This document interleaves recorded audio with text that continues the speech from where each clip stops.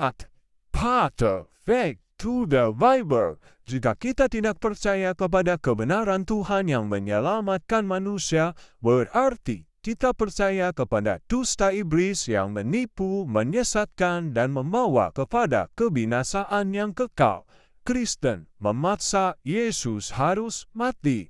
Ini pernyataan dari saudara kita. Benarkah demikian? Jelas tidak benar. Cerdaslah dalam beriman dan temukan kebenarannya.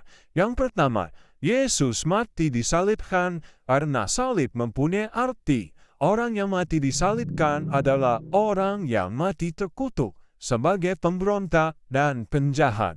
Ulangan 21 ayat 23. Maka janganlah mayatnya dibiarkan semalam-malaman pada tiang itu, tetapi haruslah engkau menguburkan dia pada hari itu juga, sebab seorang yang digantung terkutuk oleh Allah. Janganlah engkau menajiskan tanah yang diberikan Tuhan Allahmu kepadamu menjadi milik pusakamu.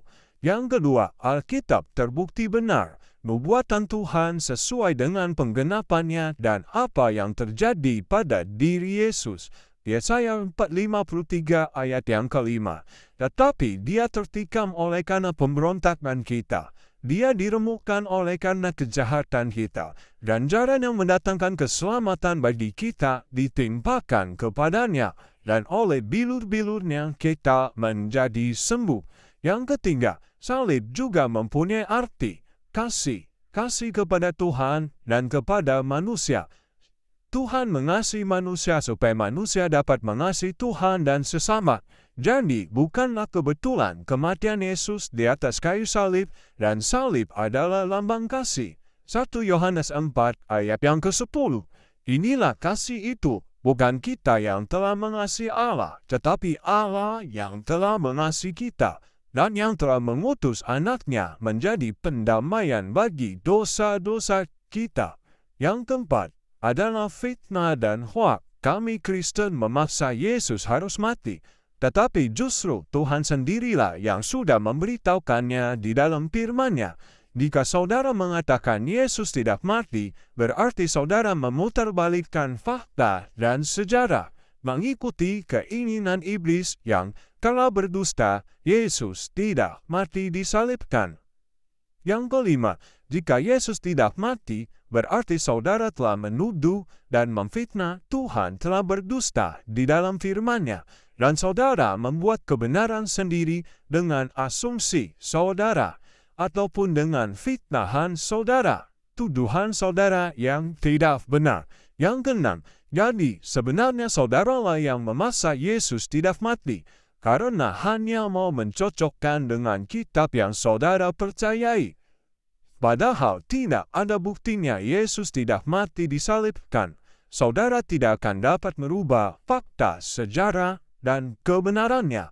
Yesus disalibkan karena dituduh oleh orang-orang Yahudi menghujat Tuhan dan mau menyamakan diri dengan Tuhan. Yohanes 10 ayat 33.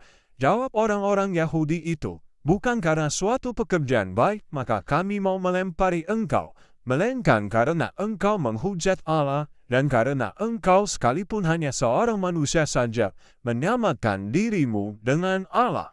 Yang ketujuh, Yesus mati disalibkan jelas kebenarannya, sesuai dengan kitab suci, Alkitab yang adalah firman Tuhan, yang adalah kebenaran Tuhan. Dan bukan hanya itu, kebenarannya dapat dibuktikan sesuai dengan fakta, sejarah, hukum, dan medis. 1 Korintus 15 ayat 3 dan 4.